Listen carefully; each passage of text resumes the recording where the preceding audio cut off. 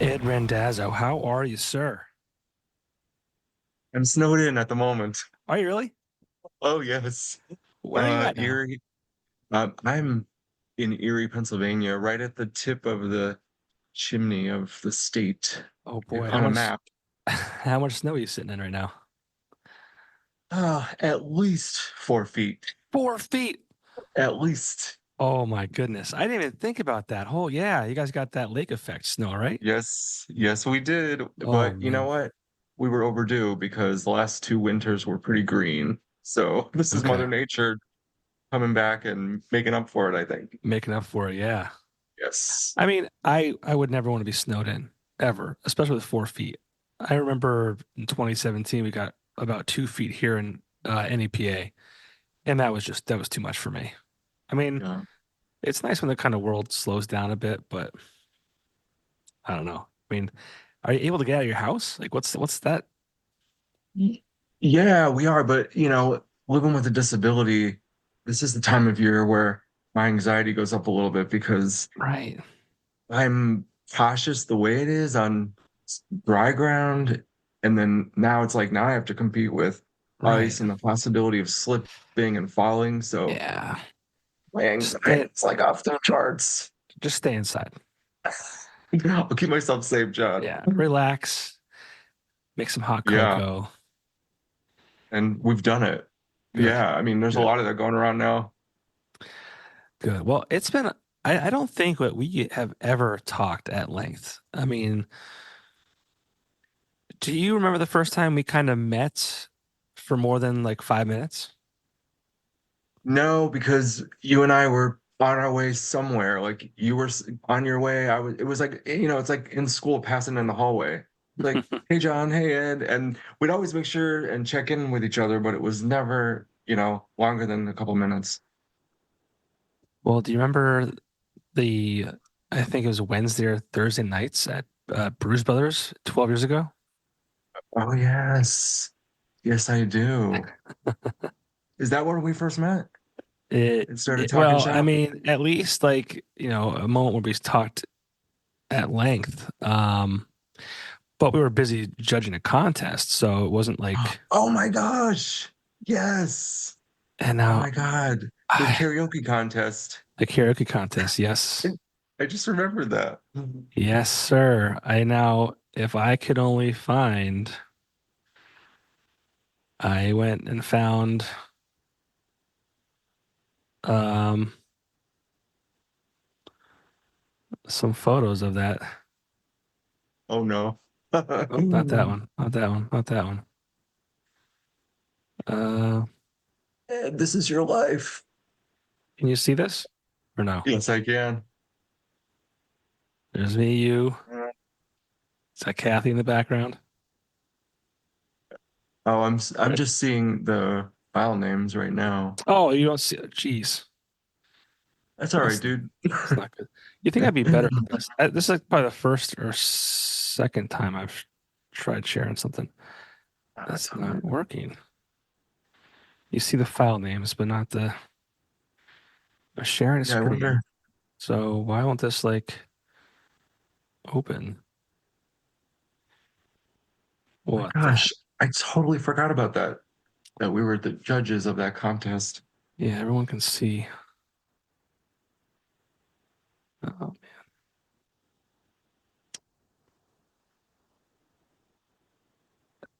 are you still seeing?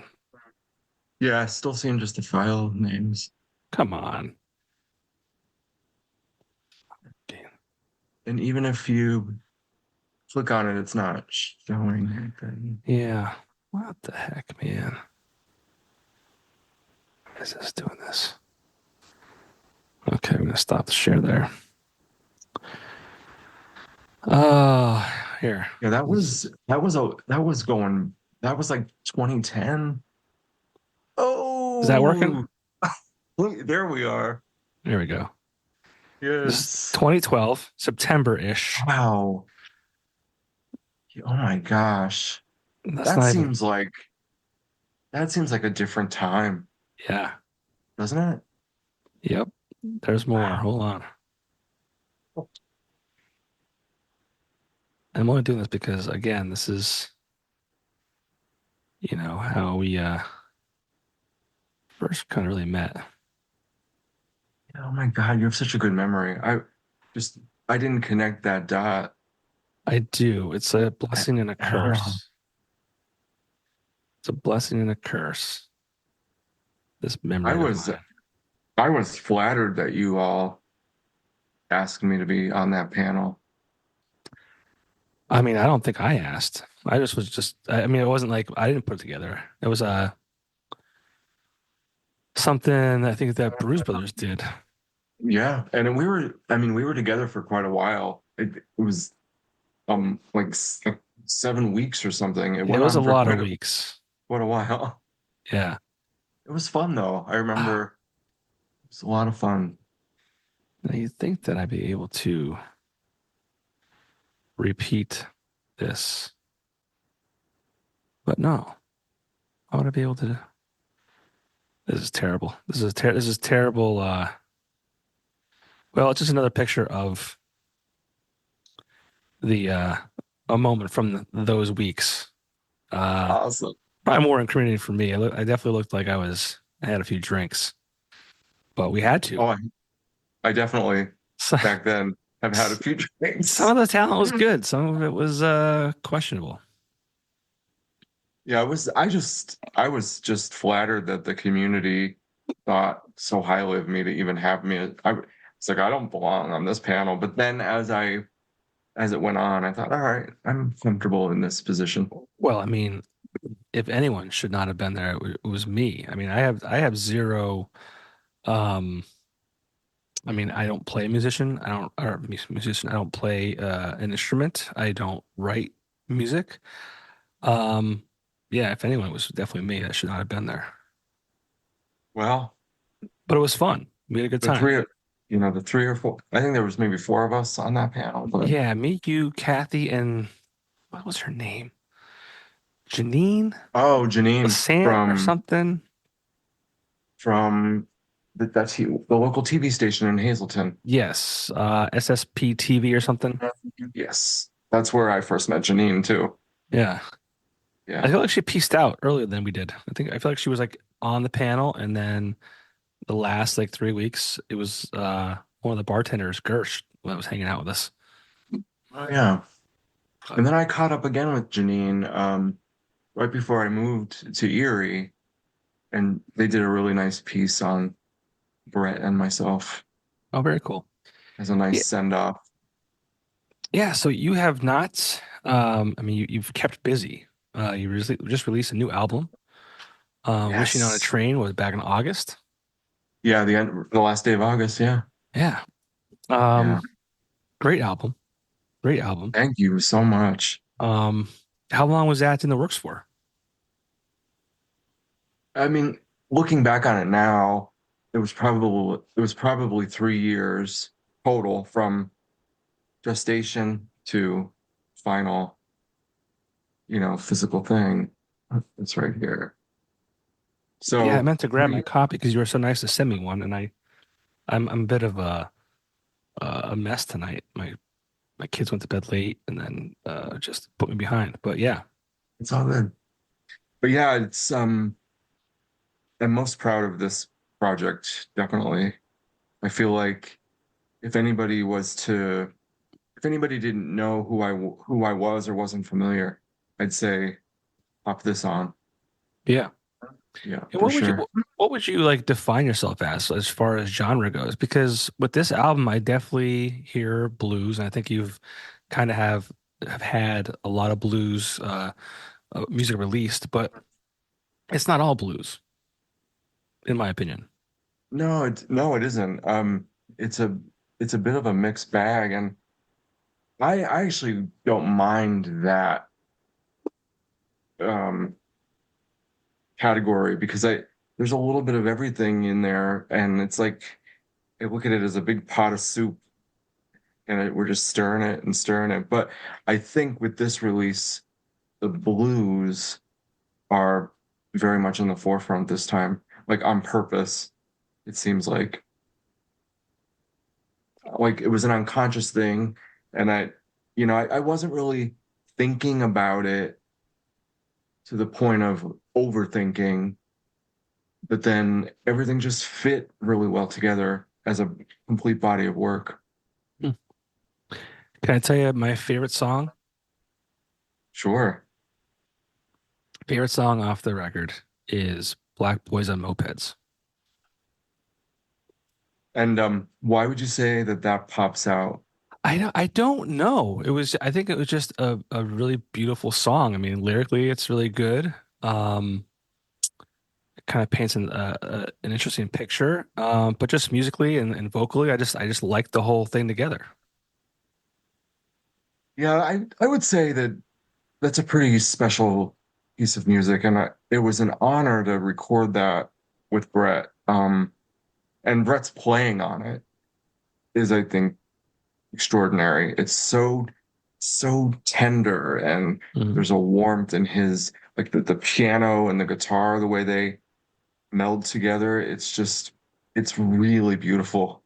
I remember when I first heard the finished master, it really moved me because at first I told him, I said, I'm not sure this is up to snuff with the rest of the record. And he said to me, he said, Ed, you're crazy. This is the your best vocal. Yeah. Okay. And So he said, I need you to, when we were finishing up, he said, I need you to back away from it for a little while. And I did. And then when I came back, he said, I told you, you know, I, I told you, but you were trying to fight me. yeah. But it was an honor to put it down because it's one of it's a Sinead O'Connor original song, and I just have such an admiration for her, and it was such a tragedy that she left us when she did. The interesting thing about the recording is when we put this down, she was still alive. Hmm.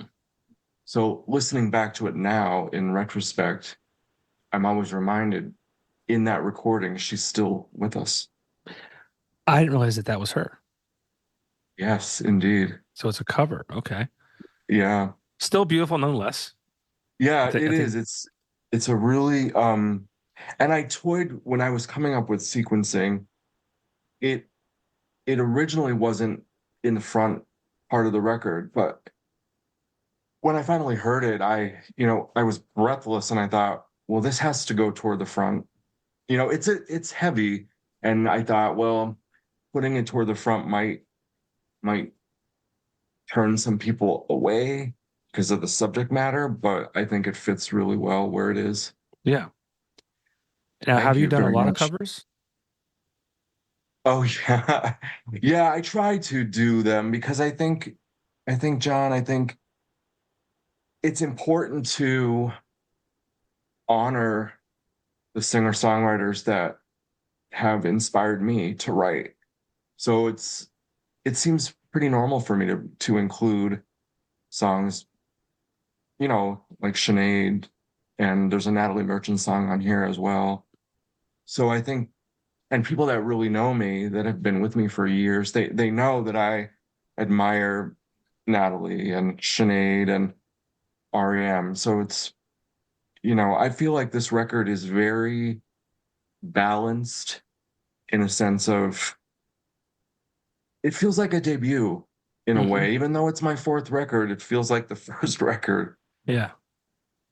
Yeah. You got a lot of music out there, and I think it's kind of cool. Like, you really put your own style on it. So again, I wouldn't even know a lot of these are covers because they're not exactly the same as the original, which is kind of cool. Oh, thank you so much. It's always a little taxing, when you're going to take on a cover. It's like, oh, well, people know that I love this artist.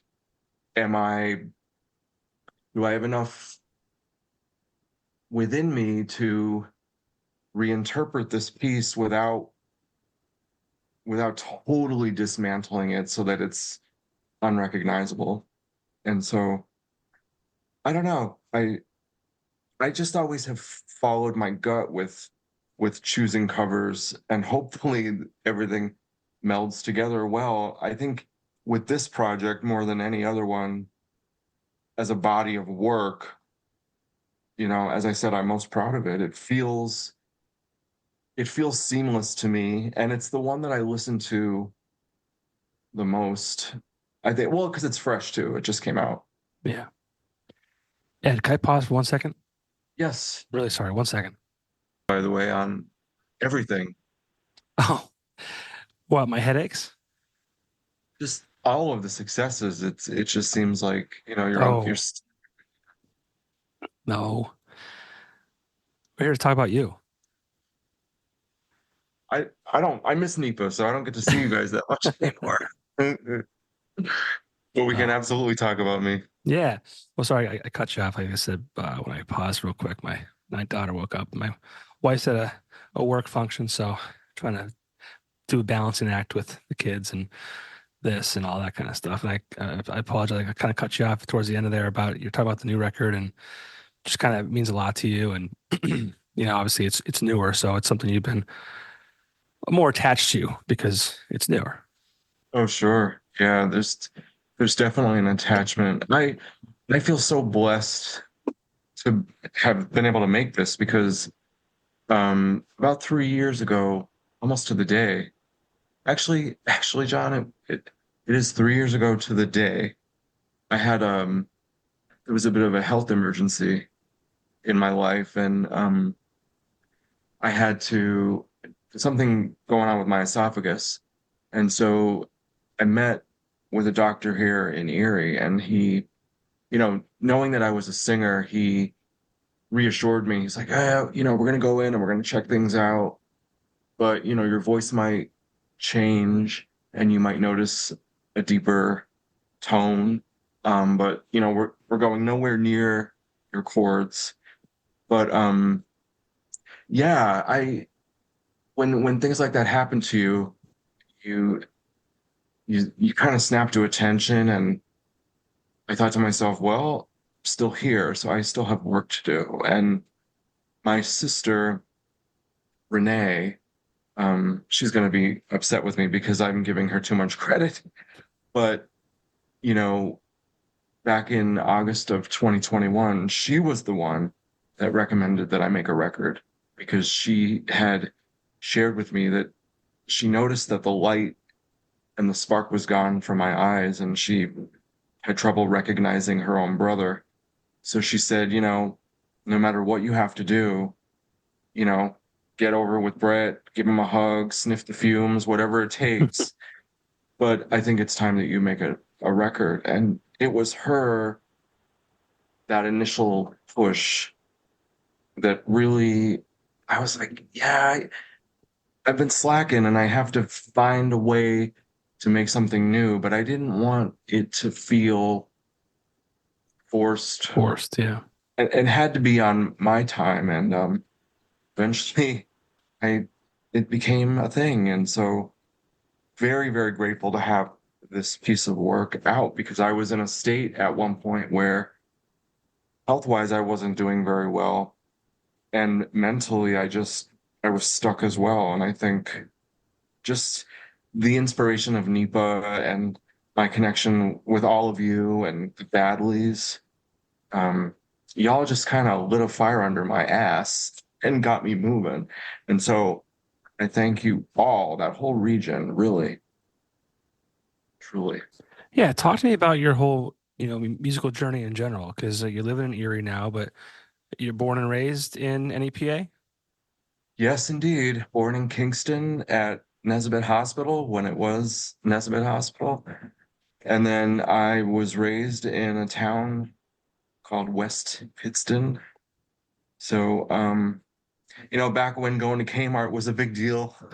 Yeah, We're going to Kmart.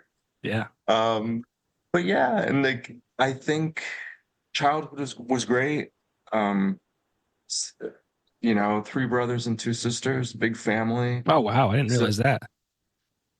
no, a lot of people don't, but I was really fortunate because all of those, each brother and each sister, they all provided their own they gave me such a strong musical bedrock, all these different influences that helped them, they passed those down.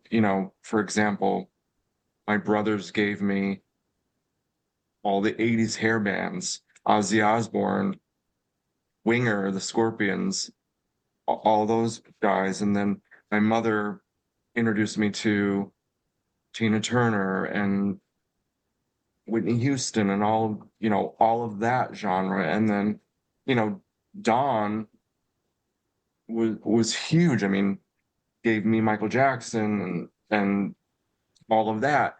And then when it came time for me to find what Ed was into, that was about, I'd say, 91, where I started to do my own exploring. And that's where I discovered The Cure, Natalie Merchant, Michael Stipe. I started to discover the voices that would stay with me until now, I'm 46 now. So all those voices are still with me. You're 46? I am. Get going. Yeah. Get going. I thought I always looked older with this gray hair now. No, you look great. Were Thank any of you. your siblings also musicians, or was that just kind of your thing? Um, nobody nobody really stepped forward as proper musician, but Don was the one that would take me to concerts and, you know, carry me through horse crap at Pocono Downs and everything else to see those shows. And Dawn always made sure that there was a show to go and see, because she really got a kick out of watching me and the excitement that music would create. So she exposed me to, I got to meet the Badleys through my sister. And it's just so strange that, like, I've known Brett for 30 years total, but I've worked with him as a musician for half of that. Mhm.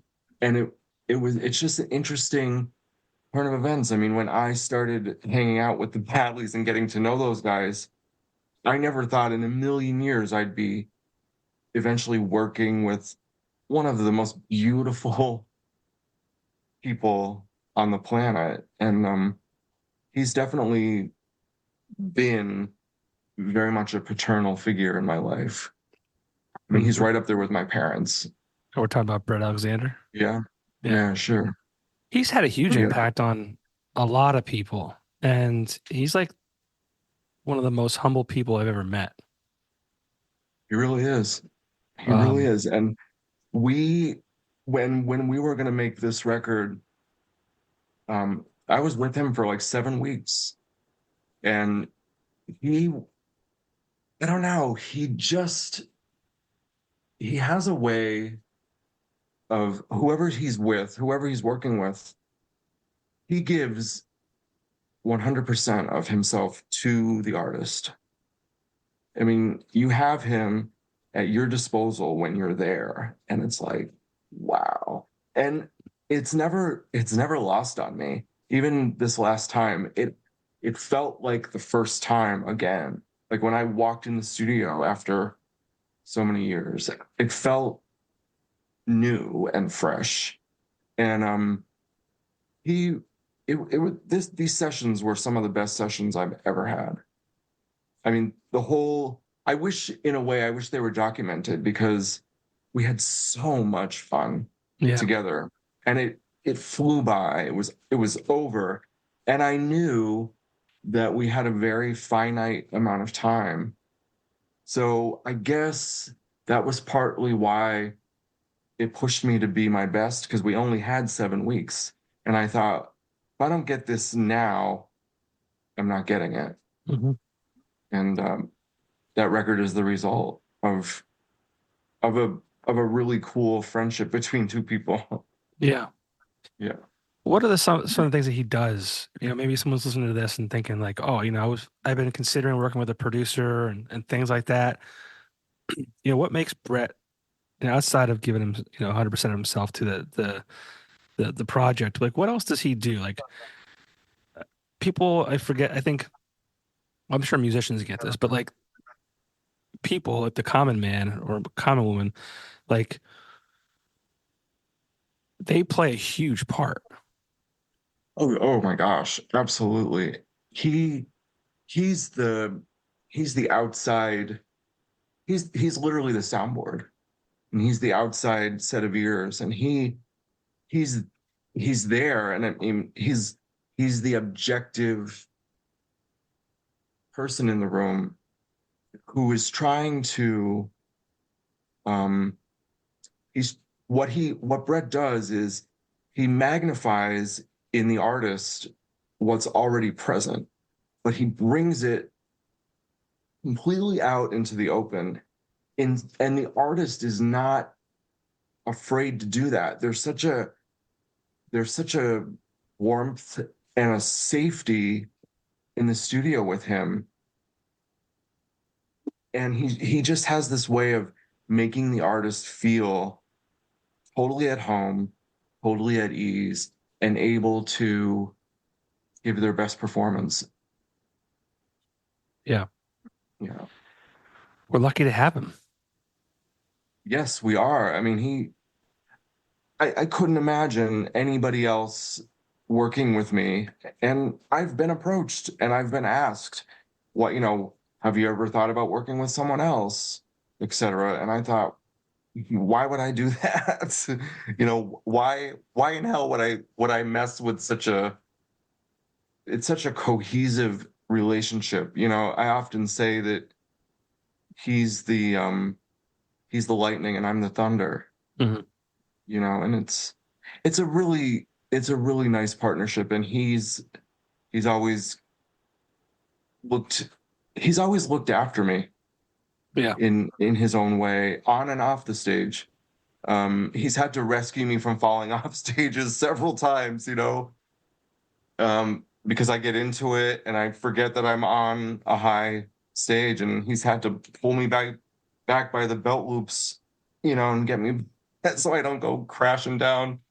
He's just a lovely man, and I can't really say anything new that anyone else has shared, because he's just, I mean, and you've been around him, you've spent time. Yeah. He's the best, and we we worked extra hard on this project, and he even told me, he's like, I knew that this body of work was really special, so I spent extra time on it because the material was that good. Mhm. Yeah. And what was it like? You're growing up, your sister's introducing you to the Badleys, you're getting to know these guys. What was it like to, you know, actually work with someone like Brett, like for the first time, you know? First time, um, yeah, I'm not gonna lie. When you get that email and you get that yes that he wants to see you, I I was, butterflies instantly, like, okay, you got your wish. You got to be careful what you wish for, because you got it. Now you have to show up fully, and you have to make sure that you bring it. And I remember him saying to me, initially, he said, because for the people that don't know, that are listening to your podcast, I also live with cerebral palsy, which is a neurological disability that affects muscle control and spasticity and things like that.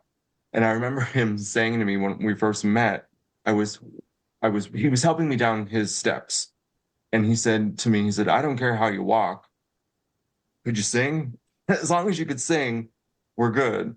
And so he doesn't, when you're around him, he's like the great equalizer. If you're in a room with, five musicians, everything is equalized in that moment, and everybody is on the same plane.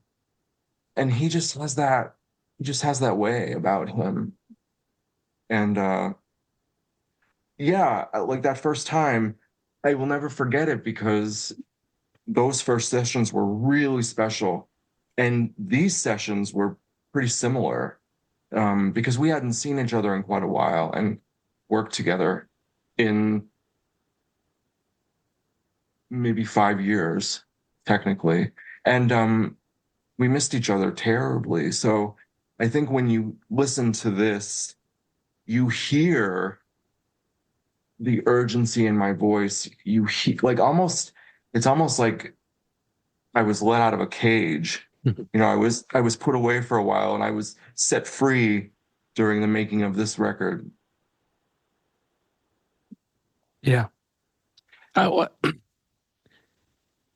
And it's funny because I didn't know that you worked with Brett on this, but like before I listened to it, but the minute I started listening, I was like, Brett's on this. Yeah. Yeah. Yeah, isn't that cool that he has a certain sound and the Badleys have a certain sound. Hmm. And I think that that's really special and unique. And I think that's any artist's goal to have their own sound. I mean, you know a Guns N' Roses song when it's on. Right. You know a Bill Withers song when it's playing. You know Elton John. Because they all have their styles. And so I hope for myself that I hope that I'm at that point now after 15 years of doing this. I hope that I've developed a sound that people can recognize. I was gonna say you definitely like your voice is like I think your calling card. Like your voice is unique, and I don't know exactly in what way, but it's definitely like I know that Ed is singing. Well, that's Um, really nice. yeah, it's and speaking of that, like when did you start singing? Like did that just something that came natural to you? Like how did that all kind of come about? Um, it it wasn't natural. It was, I would say, going back to the family dynamic, and you and I, you and I were raised with the village mentality, Mhm. where it takes a village to raise a child. Yeah. So I think with my abilities, it was a mixture of elementary school teachers, and my family just being there, being available, and not trying to turn it off. If I was if I was being expressive, they let me express, and it wasn't always music per se, but I knew at a young age when I sang, it wasn't very good, mind you. But when I did sing, it felt different. It felt like, oh, this is a way that I could express things in a healthy way and then maybe move people. But I didn't realize that music was that until about God, Popko. I came in, in all honesty, I came to the singing party a little late, I would say, like late 90s, where I started to go to karaoke with friends and try it and see, I'm not a karaoke snob. That's where I started to test things out. And I remember being in elementary school when they had the spring concerts and different things. I would try out for the singing parts. Again, not great, but I would still try out just to push myself. And it was, like I said, it was a combination of really great teachers and a really fun family dynamic. I remember, like, at a very early age, I would be in a high chair with a bolster in between my legs so I couldn't fall out of the high chair because Hmm. I would get so like riled up that I would shake the chair and stuff. But I remember the women in my family, my mom, and my two sisters, they would to to get me excited, they would sing the Itsy Bitsy Spider in harmony. And they said I would pound on the tray and I'd be kicking my legs, and it just made me happy. And so they would do it all the time. And we tell that story over and over. And it's really how I got started. I got started because people wanted me to do well. And I think that's one of the things that I love about NEPA and that I miss about NEPA is that everybody, there's so many solo artists and bands and groups and duos in NEPA, and I've never noticed it to be a competition. Mhm. Everybody in that little, well, it's not so little, but everybody in that that nucleus of music, everybody's supportive of each other, and I love that. I mean, you've got the annual Steamtown Music Awards that takes place, and everybody shows up on everybody else's records, and people show up and do duets at wherever, people get together and collaborate. And NEPA is a very special place. Yeah. And I mean, how can I not be inspired to sing coming from a place like NEPA? Yeah.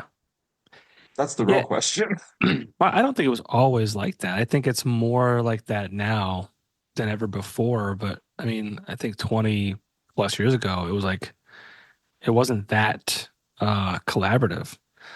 I think that's kind of like a new thing within the last like 10-ish years, which is cool. Yeah, no, I would agree, because remember when it wasn't common for groups to have albums pressed and made. You had a few, Hmm. and it was like, oh wow, like they've got records made. Yeah. Um, and now it's pretty inexpensive, where if you want to get your EP pressed or your record done, you can do so. I mean, I know that right now streaming is the dominant thing, but people still like that physical disc or vinyl in their hands. Dude, I was so pumped when I got your CD in the mail. That might have been the first CD that I've held in a long time.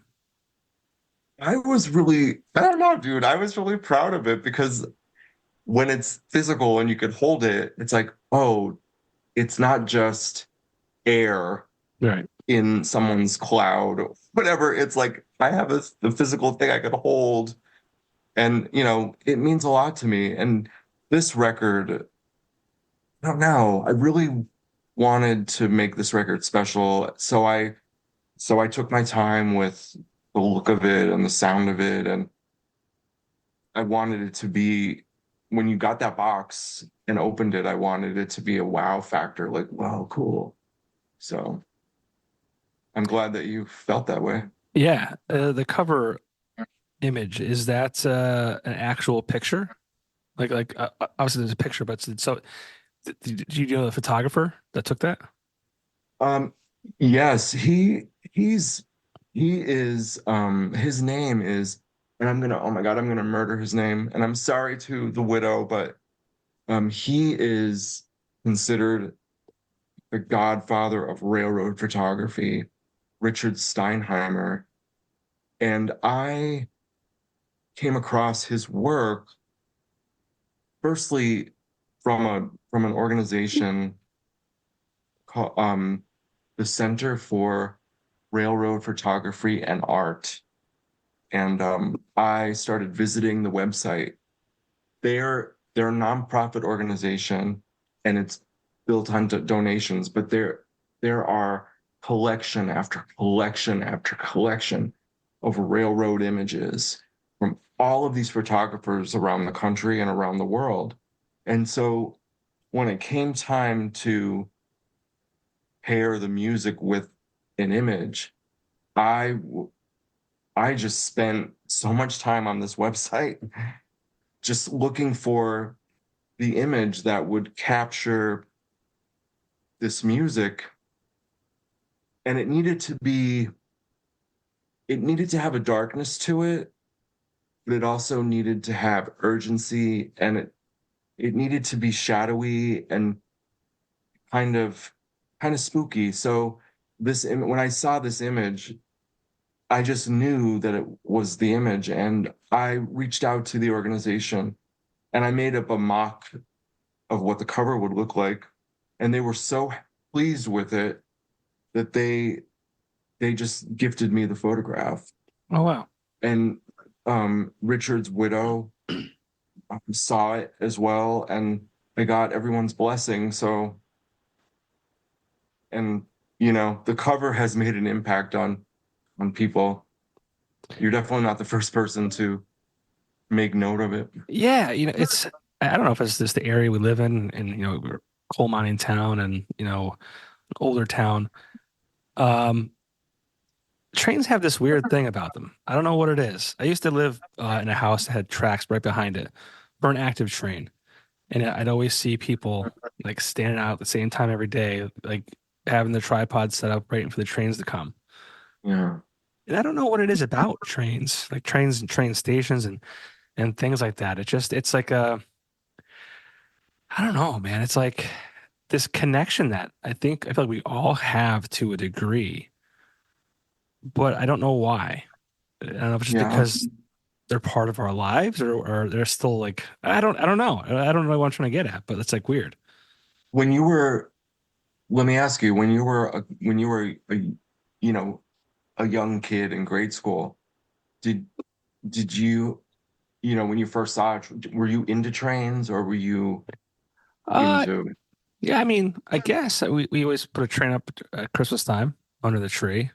yeah, I don't say I was around trains as a young boy. 'Cause I grew up in the country. Um I don't think I'm trying to think of like the closest tracks even from where I grew up. Um they weren't like close by, obviously. yeah. But I So don't know. you don't remember like having a moment like with a train going like, whoa. I mean, I'm sure I had one. Like, I mean, they're kind of like as when you're little too, like they're like larger than life, right? They Um, are. Yeah, but they really yeah, are. I couldn't tell you like the moment. Yeah, I mean, I don't have a specific moment either.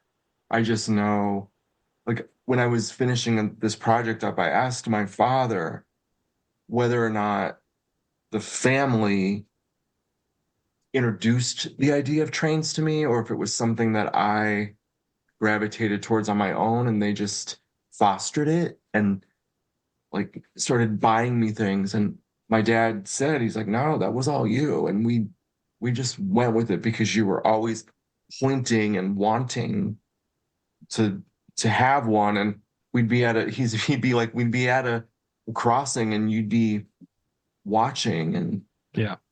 amazed by them. So I guess the reason why it's so central to this project is because for me, making this record was, I was healing myself. I was healing myself of my own frustration as an adult, struggling in the world and trying to recapture a childlike innocence. Hmm. So obviously the train is connected to my childhood in such a deep and meaningful way that I knew that when songs started to come together, there was that theme of the train going through. And Brett actually made a comment at some point. He said, you've essentially made a concept record because you've got a beginning, middle, and an end Hmm. about this man that's going on this journey, you know, whether it's like a single day or, but there's this idea of time passing by, and this guy's growing older, and you know, there's what do you what feelings come to the surface when you listen to this? Um, I almost felt like a story was being told for sure, right? Um, but it had this old soul vibe to it, if Oh, I that love makes that you say sense. that. Yeah, I think it is a very it's a modern record, but the song just the Yeah, sonic value sounds, hundreds of years old yeah, at times. And I think that has a lot to do with Brett and the way that he knows how to, he knows how to mic me. He knows where to place me. And I'm always, you know, there's nothing solo about any of my records. My name's on the front of it, but you open this thing up and every name that's in here, they they played a part. mm. And I'm in awe every time I open it, and I'm like, wow, look at all these people, and they're there to help you be your best self. And so, um, And who were they? yeah, what's that? Who were some of them? Oh my gosh. Well, every amazing musician that was on here that agreed to be with me and go on this journey with me. And again, that village mentality, um, my family, and I think too, Popko, being away from home, this was a way to connect back Reconnect. there. Yeah, Yeah, reconnect exactly. So when I listen back to it and I hear Brett playing, or I hear Ron Samasik playing drums, it's like they're here with me in the room, and I don't have to miss them as much because whenever I want them, I could put them on. And so, yeah, I think I can't really pick out like one influence. I think I'm gonna just stick with the village mentality that sure. it takes, I'm on the shoulders of everybody that got me to this point. So, and just to have the record as a like, ooh, I have something to show for my effort. Yeah. Look what we've done. Um, Well, I'm couldn't be glad that happier. I'm glad that Renee kind of called you out to a degree. She totally did. You know, I Like mean, not it's subtle either. yeah. Well, I mean, life is a challenge, right? Especially the world we live in now, and there's different circumstances for everyone. But when you kind of cave in on yourself, like it could get really dark. So it's good to have those people around you that are like, yo, like, yeah, let's go. We need to. Where's that at? You Yeah. know? Yeah. Yeah. I don't know if she hadn't laid that first idea, I don't know what would have gone on, but I'll tell you what, I don't believe in accidents. Like she had said to me, she said, you have to, well, and you should in a way just pretend that this is already made as a way to manifest that it's already done and you just have to go and make it. So, but I have to be honest with you. I mean, right before I went over to be with Brett for 7 weeks, I panicked, John, and I was like, oh, I'm not ready, and I called Brett to tell him that I wasn't ready. And he said, well, we'll Too late. figure it out next week. Yeah. So he wasn't, he would not allow me to back out, which was the best thing. He was like, nope, it's booked. Yep. So I had to really dig and make sure that I made the most of those 7 weeks because, like I said earlier, they flew by. Yeah. Well, we need another record from Ed. I need to like have video documentation of it, the next one. I would love it. You got to I do it. really would. I think it would be. It was there was an idea to do some of that, but in a way, I'm glad it didn't happen because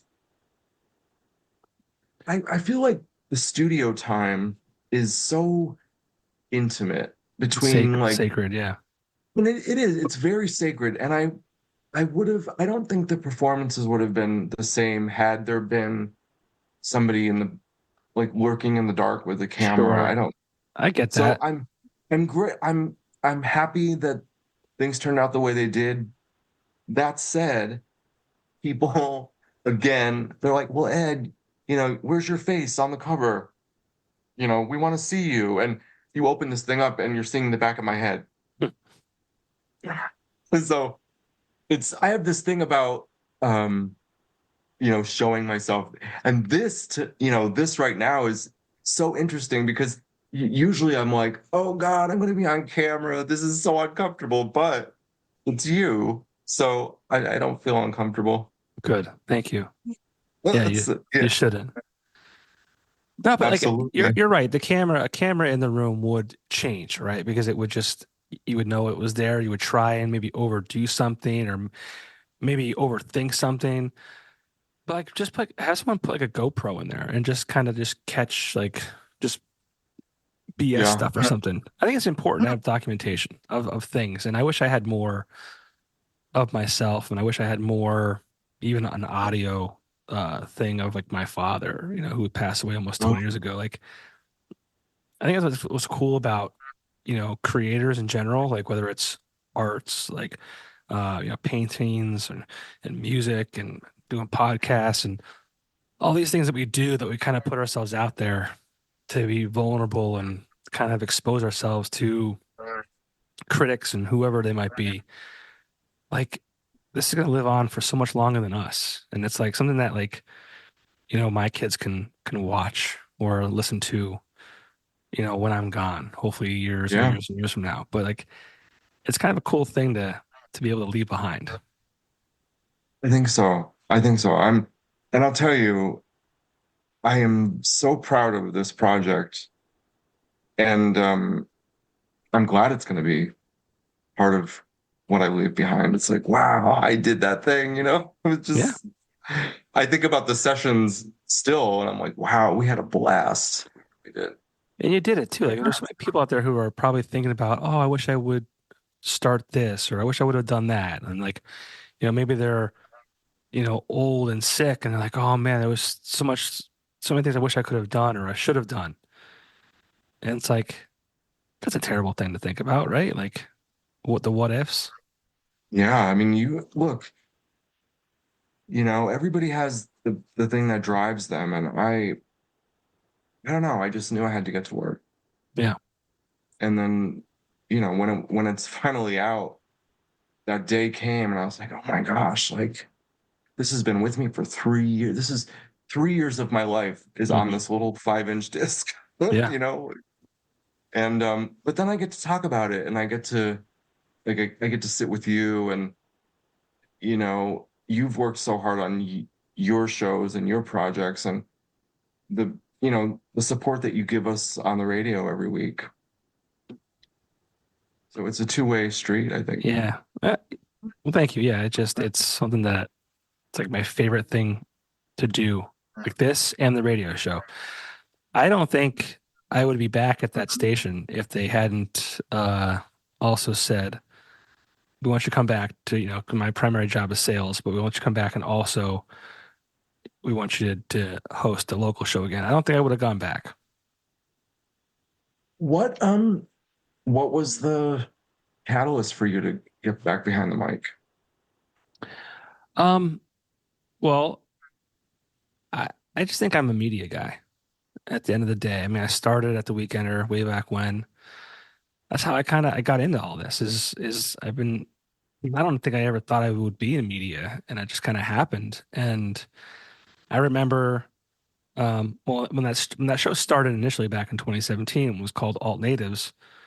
That was an accident. That was pure luck. It was a new PD from Detroit came in and he kind of had his hands on the station, and I had mentioned to him about, we should do a local show. We're locally owned and operated. We should do a local show. And he's like, yeah, we should. And I used to do one at my stations back in Detroit.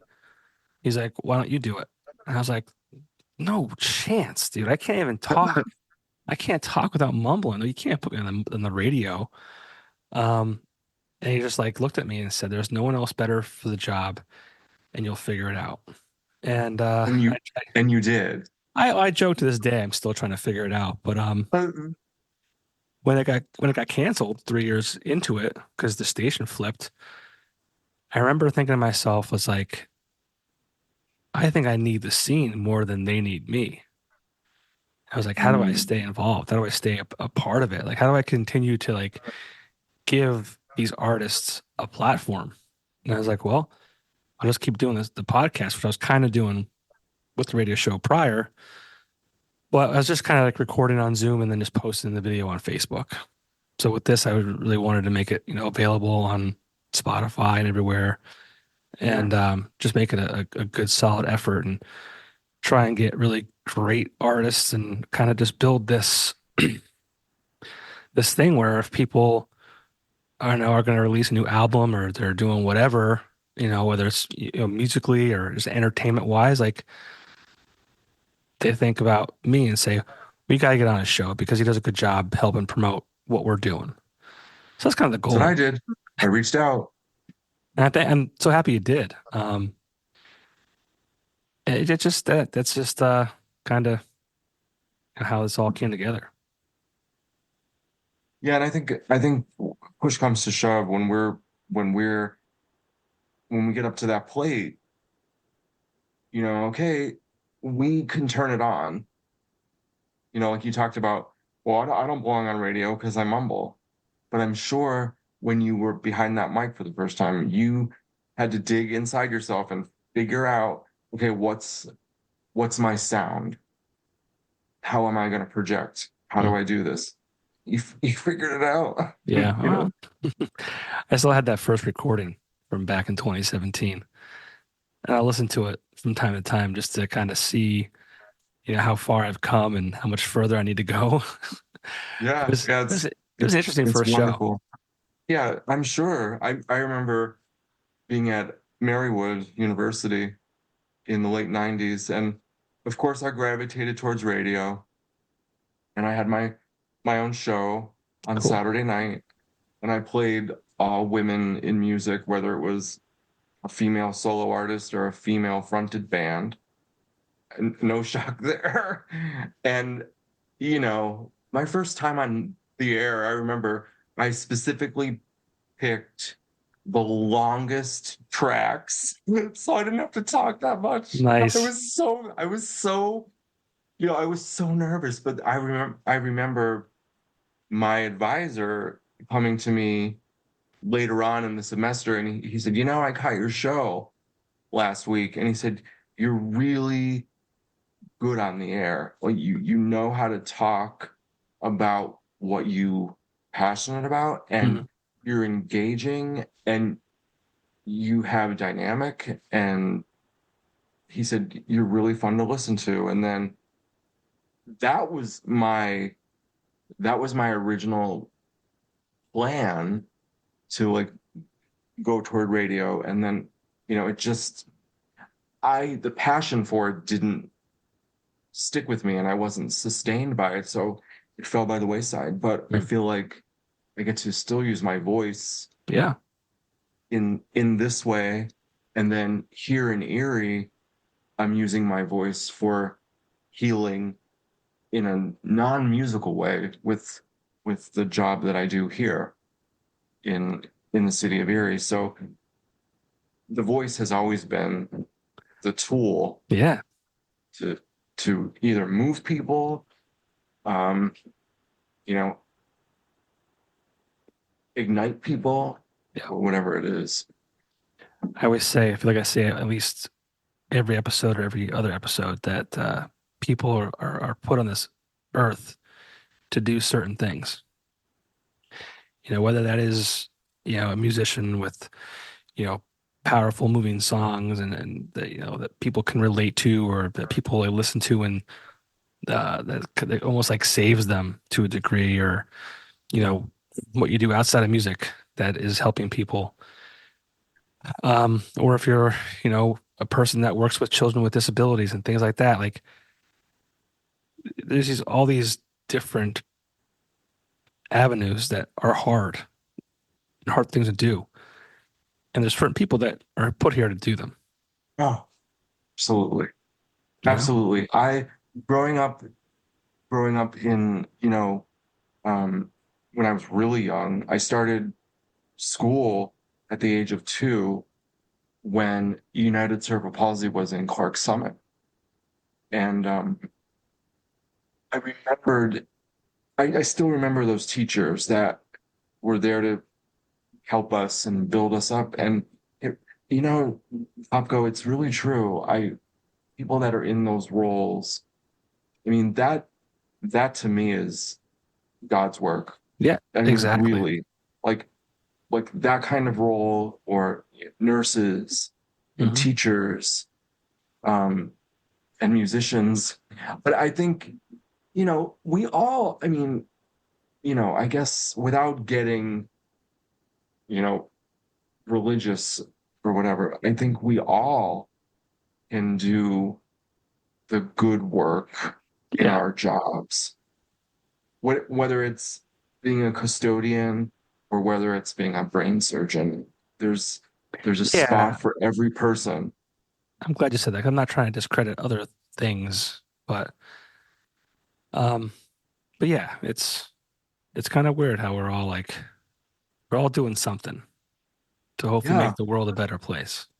yeah. And I mean, I remember, like, to get back to the train thing, when I was in grade school in Exeter, I remember there was a custodian that worked at the school that, and this was back in the day when there wasn't a lot of fear with people. It was a lot more open. Um, you can attest to this as well, I'm sure. But there was a custodian at the school, and he knew I liked trains. So every Christmas around this time of year, he would take me over to his house. He's got had this beautiful display in his house, and I'd go over. And my mother would be with me, and I remember he was just so, I don't know, he had an impact on me because he recognized that I loved these machines. They brought me joy, and he made sure that he was part of that joy. And those are the people that I remember. Yeah. And we all have people like that, whether it's our favorite coach or a teacher, or you know, we all have people like that. Yeah. In how about in your life? Like, was there somebody, or I'm sure there's a lot, but was there maybe one person where you're like, oh wow, the world is decent, and that's a decent guy, or anybody pop out for you? Honestly, and I hate to even say it, but like not exactly. I'm trying to think of even going back to high school with certain coaches, like they were all pretty bad. Um, I don't, there's I guess colleagues have been along the way. Like, I remember when I was interning at the Weekender, there was a guy by the name of Joe Student who was the editor. And I was an intern and he was just this cool guy. Like he was like this roll up your sleeves, get shit done, don't take any shit from anybody. I'll never forget the moment. So there was the Weekender and there was the Diamond City and Electric City. And I think it was a grocery store. Something happened where maybe a driver called off or something. So the Weekenders needed to be delivered. You remember the Weekender, right? Oh yeah, It was like the Bible of like where to go, who to see, drink specials, it all that. was. It was. So, I mean, if people didn't get their weekenders, like, the Turkey Hills, the grocery stores, the bars that were advertisers in it, if they didn't get them, they were calling us saying, "Hey, like, where are the Here's weekenders?" our paper. Yeah. And it was a free paper. It wasn't like they even paid for it. I mean, they paid for their ads, obviously, but like people would rush to the newsstands on a Wednesday morning to get these things. So driver called off. Joe's student, he's like, "Hey, come with me. We're gonna deliver some newspapers." I'm like, "Okay, cool." Nice. And he, again, like I said, it's the guy roll up his sleeves, get shit done. I remember him walking into the grocery store. He had gone in with a stack of weekenders, and he came out with a stack of things as well. And I was like, "What the hell is he doing?" He opens the back of the van and he throws the stack of like a bundle of papers into the back of the van, like mad. I'm like, "Yo, what's going on?"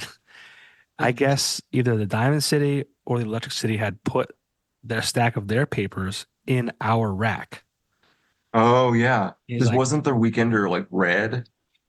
"Yeah, it was red Right. and black and white, yeah." But someone had, yeah, I guess they put their newspapers on our rack, and he's like, "Not today." And that was all. That was just like an Boy. amazing, like that was a cool thing to see. And I still talk to him occasionally to this day. Um, and then I'll never forget when I went back to the radio stations the second time, because this is my third stint at the radio stations. When I went back the second time, I worked for a guy. His name was Steve. Well, his name is Steve Borneman. Um, and he was the first boss that left when I was still working there that I was like genuinely upset over him leaving. Just because he was like a really great leader. He was just this really great, like he created this culture where you didn't want to let him down. You wanted to win for him and your colleagues every day. I love that. And he didn't do it by, being an asshole or being demanding, or he just kind of like you knew that he expected you to do your job and you went out and did it. And always very supportive and always very like just um it was I'm glad I went back the second time to work for him. Well, good. I mean, like I said, I don't believe in accidents. And so the fact that you're where you are at, not a huge surprise. For the third time. Yeah, well, I was actually at Axelrad for a little while there. And I know I, yeah. I know you're friends with Deirdre and Dave. Um Oh, I love them. and that was, I mean, that was a great time too.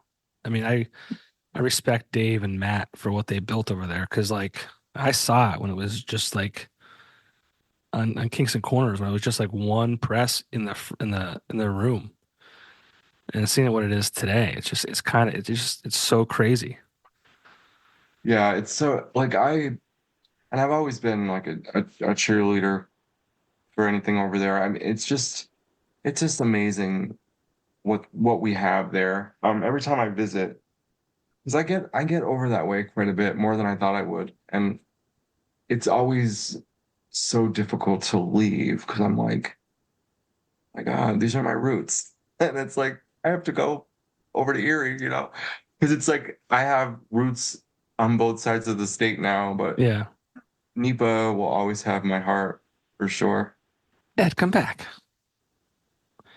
You can come back. Well, I'm there quite a bit. One of the most amazing things, well, there's been plenty, but I remember going back, one of the first times I went back after moving here, in 2018, I went back and I walked into a restaurant and somebody said, "Oh my God, that's Ed Randazzo." And they cleared the table and and then they ushered me over to this table and I was just like, and then a total stranger bought my lunch. And I was just like, that told me that what I had done in Nipa and left in Nipa had an impact on the area. That was huge. It was huge. Yeah. I'll What never forget restaurant do you that. miss the most? What restaurant do I miss the most? I would say like pizza joint DeMuro's on William Street Okay. in Yeah. Pittston. I just had that last Um, week. amazing, Yep. amazing, amazing. And I would say like restaurant wise, I used to I used to live at Agolino's in Weston.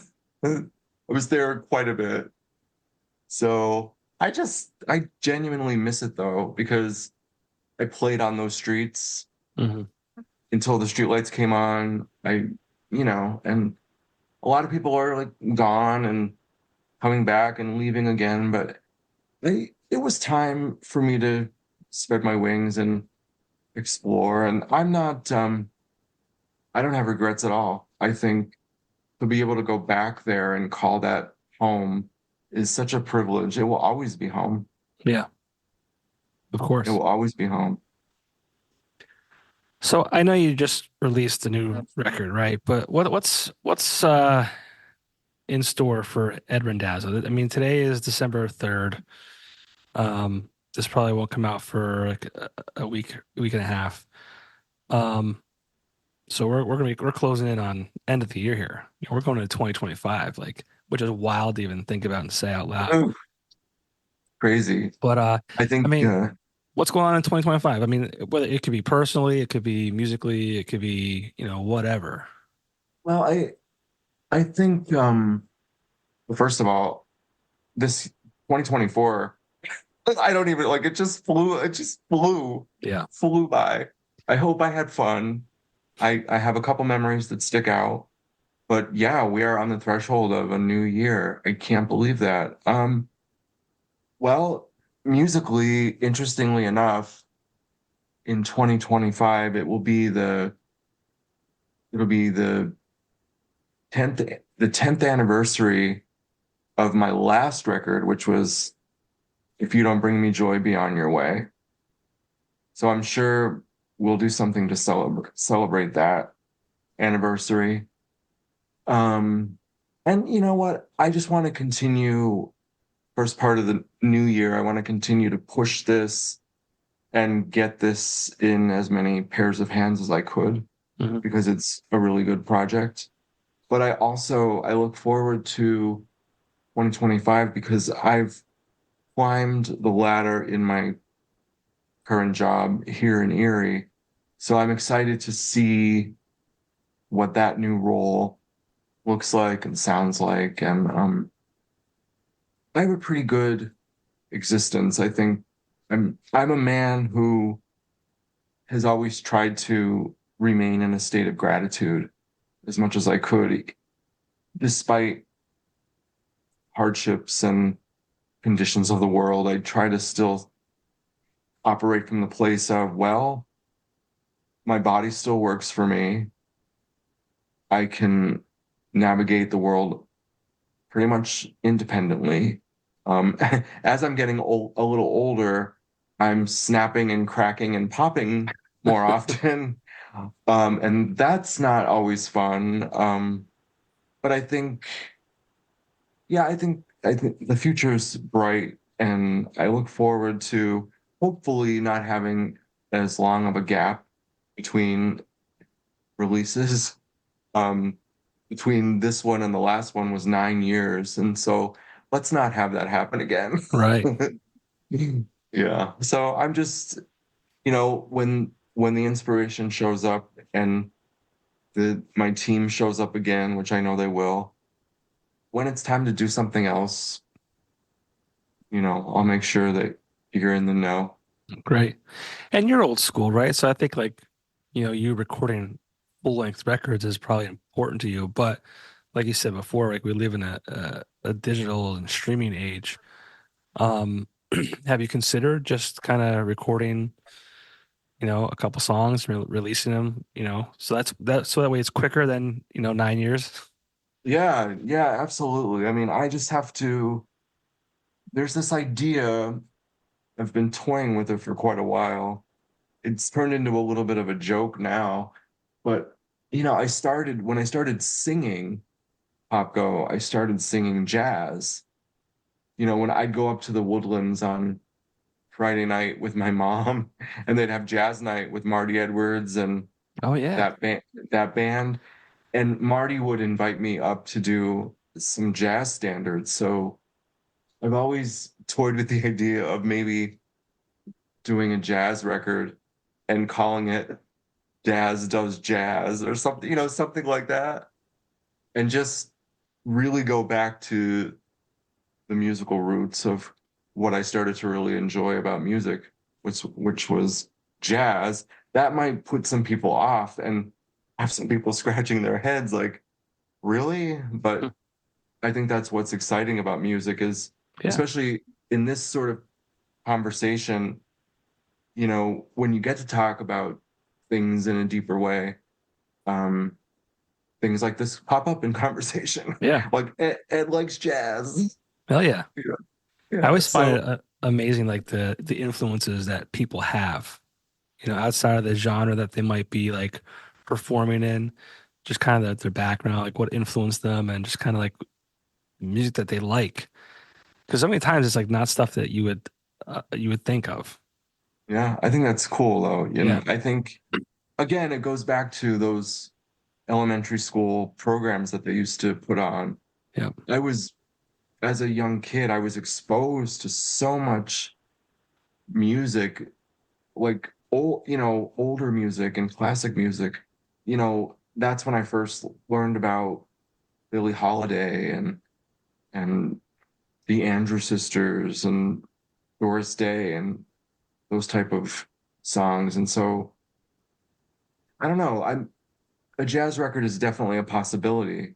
Um, I'd love to just put on a really nice suit, black and white photo session and just slick my hair back and get rid Sure. of this mop that I have now and just No. just right to the right to the hilt and right to 10 and really commit to it, Yeah. but I have to again, it's up to me to just commit, have to want to do it. And once I decide, there's no turning back. Just like with this record, once it started to take form, it was really hard to stop the momentum. It's like, okay, it's out of the bag now. We have to finish it. Yeah. So that's usually when I know it's time to make a project, is when there's a certain momentum that I can't get in front of, or it's gonna run me over. Yeah. Well, I'm glad it's got out. I'm glad you got that push from your sister. I feel foolish not knowing that the song that I like the most was a cover, not one of your own. Please don't hold that against me. I do not. I've actually, it actually, it's actually great that particular song pops out because it's I think there's a lot of overtly political material on this record, and I thought maybe it would put people off, perhaps. So obviously, it hasn't with Yeah. everybody. Yeah. No, it's great. I think you said that you feel like it's your best work yet, and I'd have to probably agree with that sentiment. Um, so yeah, so let's not wait another, what, 9 years? Yeah, let's not do that. I All don't want to right. do that either. All right. I want to talk to you at length again in less than 9 years.